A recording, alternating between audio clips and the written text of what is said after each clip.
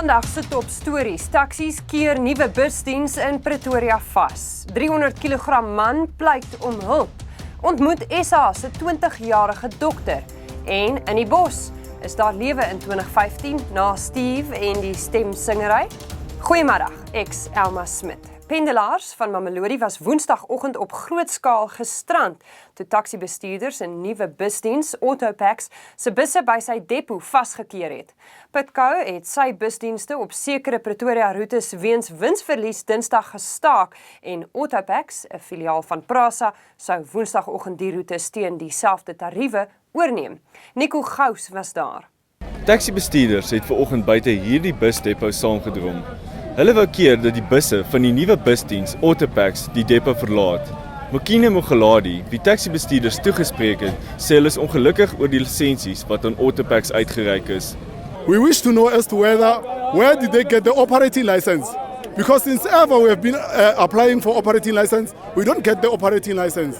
And what we just wanted to know and verify is as to whether do they have the operating license with the same route that is being specified, since we have been applying for operating license and we don't get operating license. 'n Passasier op een van vanoggend se busse, Yvette Kosana, kon nie vanoggend gaan werk nie. Okay, what happened is we were told yesterday that there was going to be buses for us. And then when we woke up in the morning, there were no buses. When it came to Patco, they said the buses are not allowed to go out because now the taxi drivers have blocked them. Dink jou in, jy tel 200 kg in 3 maande op en binne 'n oogwink weeg jy so wat 300 kg. Dis wat met Corrie Legrandsie van Johannesburg gebeur het toe sy liggaam 'n geweldige gewigstoename getoon het weens waterterughouding. Terwyl hy wag vir 'n bed in 'n staatshospitaal, het 4 private hospitale hom egter al weggewys omdat hy nie 'n mediese fonds het nie. Die 60-jarige Corrie Legrandsie is al vir maande in sy huis gekluister.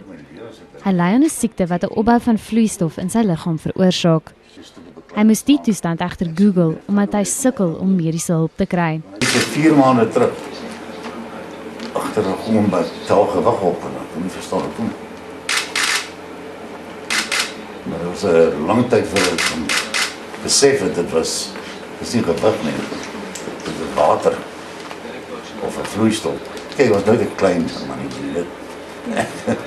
Ek was altyd 'n swaar. Maar ek het geen idee wat ek nou weer met die water het. Ek het seker by 300 kg dry al. Hy versmoor want as hy plat lê dan stoot dit heeltemal oor sy hart, oor sy longe en sy gesig swel. Een hospitaal het glo gevra dat hy sy huis oorteken om betaling te verseker. Legrandsie en sy verloofde is egter teleurgestel in die mediese sorgstelsel. Dit maak my woedend. Ek vind my loopbaan het nog nooit iemand net weggewys oor finansiële redes.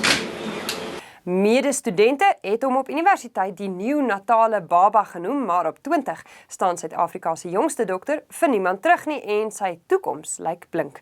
Nina Nel het met Sandile Kubeka gesels. So I was just one of those problematic children that always wanted to go to school. I wanted to follow the other kids. So I started when I was 5 in primary school, did grade 6 and 7 in 2003, it was in 1 year. Matriculated when I was 15, then I went to medical school. Then I did a 5-year MPCHB degree. Then I completed in 2013 at UKZN.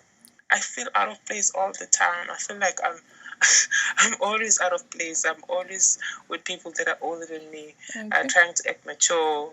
And it's a bit challenging. So, but I always try my best. The other group of students used to call me a neonate, a newborn. Secondly, they started calling me an infant, toddler, all those kind of words. But I use those words as a motivation to myself that if there's a neonate in varsity, that means anything is possible. Dis in die bostyd in die Laagveld en Charlia Siebragen is in Nelspruit. Charlia, waarna kan feesgangers hierdie jaar uitsien? Ek staan hier in Sonpark Boulevard in Nelspruit. Dit is dag 1 van die 4 dae lange in die Bosfees.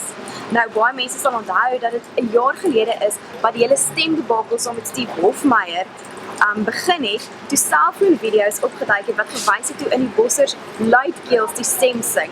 Nou, vanjaar is daar geen Steve Hofmeyer en vermoedelik geen stemsingery. Maar Netwerk 24 het gaan uitvind by Sandra Jacobs, bemarkingsbestuurder van die fees, oor wat feesgangers wel na kan uitsien. Ek dink vir my is dit wonderlik dat ons vir die eerste keer dit kon regkry om 'n volle pantomime in die bos toe te bring. Nelspruit is nie 'n stad met groot teaters en al die wonderlike toerusting wat van die ander groot stede tot hulle beskikking het nie. En dit was regtig 'n uitdaging om die werk hier te laat gebeur uit 'n finansiële oogpunt en ook uit 'n logistieke oogpunt ten opsigte van die venues en wat ons beskikbaar het.